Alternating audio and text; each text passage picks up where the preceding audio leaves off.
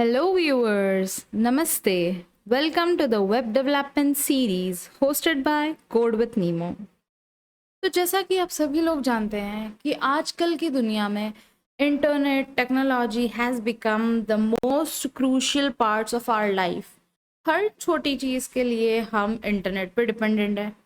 चाहे हमें किसी से चैटिंग करनी हो, कुछ चीज़ें सेंड करनी हो, या फिर हमें कहीं का मैप के थ्रू एड्रेस ढूंढना है, या फिर डेटा ट्रांसफ़र करना है, even for the gaming, for finding out the various options, we are highly dependent on to the internet. तो ये जो चीज़ें हम लोग इंटरनेट पर करते हैं, जहाँ पर हम लोग चाहते हैं सर्च करते हैं, then it just goes ahead, it gives us the response. अलग अलग वेबसाइट्स को हम सर्व करते हैं। तो all this things that we just go ahead we do is been hosted by the internet. तो ये सब किसी ना किसी ने क्रिएट करी होगी, तभी इंटरनेट पर है, and that's how we can access them. So here in this series, we will be going ahead with lots of questions that we will be untangling. So यहाँ पर हमारे पास कुछ सवाल हैं, जैसे कि वेबसाइट्स क्या होती हैं, डेटा हम उससे में से कैसे एक्सेस कर सकते हैं, कैसे हम उस वेबसाइट के डेटा को होस्ट कर सकते हैं, डेटा ट्रांसफ़र कैसे होता है, और main how we can create a website. तो ये सारे क्वेश्चंस को हम यहाँ पर सॉल्व करने वाले हैं, इनके जवाब ढूंढने वाले हैं in this entire series. But before directly jumping on to this, we need to understand the terminologies that we will be using. जैसे कि वेब क्या होता है। Web in generally we all knows के रेफर टू द स्पाइडर का जो net होता है, but web as related to the technology is the interconnections of the different electronic devices. Similar to this World Wide Web, when the entire world that is being interlinked to each other, the vast area network, that's called the World Wide Web. अब ये सब चीज़ें connected कैसे होंगी? Through a network, and that network is internet. और internet एक huge world wide network है जो हमें हेल्प करता है in order to interlink all those devices. The devices can also include your laptops, your computers, your iPhones, your card, your many things, everything that is having the access to internet. We can go ahead, we can connect them, and that's how we become a part of this entire world wide web. After going ahead with this, let's move further with browser.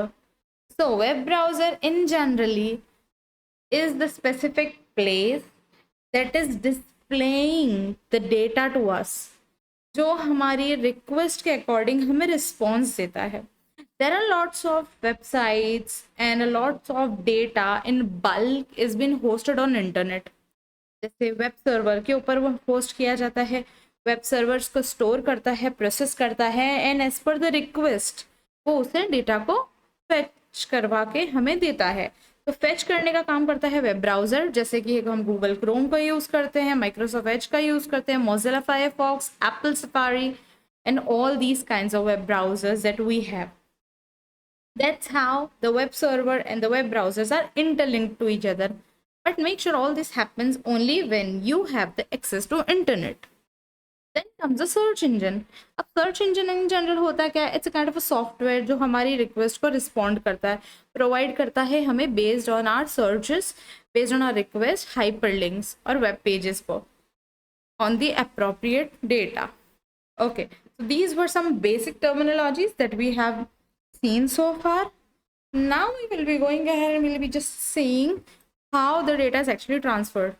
Now see here, if you'll be able to see that there are different devices that are being connected to the internet. अब वो internet पर कुछ चीज़ का request कर रही हैं, and that's how it is just connecting it towards the web server, जहाँ पर वो चीज़ hosted है, और वो उसके database में से वो चीज़ें fetch करके हमें देता है. So we are into this entire web, जहाँ पर ये सारी चीज़ें interlinked हैं, and there the data transfer is happening. So we have seen so far everything. Now comes up here the front end and the back end technology. अब ये actual में होता क्या है? अभी तो हमने देखा कि हमको रिक्वेस्ट के अकॉर्डिंग हाइपरलिंक्स, वेबसाइट्स वगैरह सब मिलती है, पर ये वेबसाइट्स को क्रिएट कैसे करते हैं? तो इन वेबसाइट्स को बनाने के लिए हमें दो एस्पेक्ट्स पर काम करना होता है। पहला होता है फ्रंट एंड डेवलपमेंट, सेकंड होता है back end development. In the front end development we includes the HTML, CSS, JavaScript and a lot more different kinds of technologies and tools. Whereas in the back end we use the JavaScript, PHP, C Sharp, Ruby, Python and lot more those things.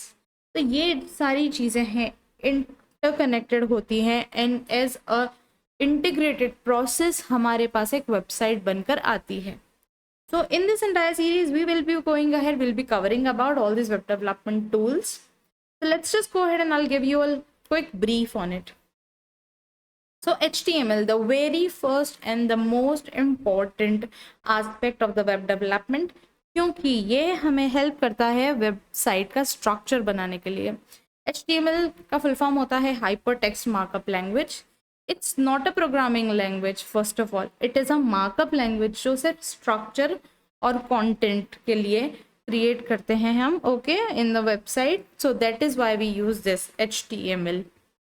एक बार आपने structure बना लिया, now it's time for us to make it attractive. उसे attractive बनाने के लिए हमें उसे स्टाइल करना होता है, right? So here also we will be using the CSS, the cascading style sheet. इस तरह की स्टाइल शीट है जो हमारी वेबसाइट को अट्रैक्टिव बनाती है। You can give some colours, you can change the font styles, you can make it go attractive, even interactive at times. आप एनिमेशंस डाल सकते हो, आप ट्रांजिशन डाल सकते हो, you can use a transformation and so many things while the CSS. After you're done with this, we can also go ahead and we will be using the Bootstrap. अब Bootstrap actual में होता क्या है? It's that kind of framework जो कि pre-built functions को use करता है, pre-built components को use करता है, existing components of CSS and JavaScript. ये एक बहुत ही अच्छी सी चीज़ है क्योंकि mobile friendly and flexible websites create करने के काम में आता है। This makes your website looks professional.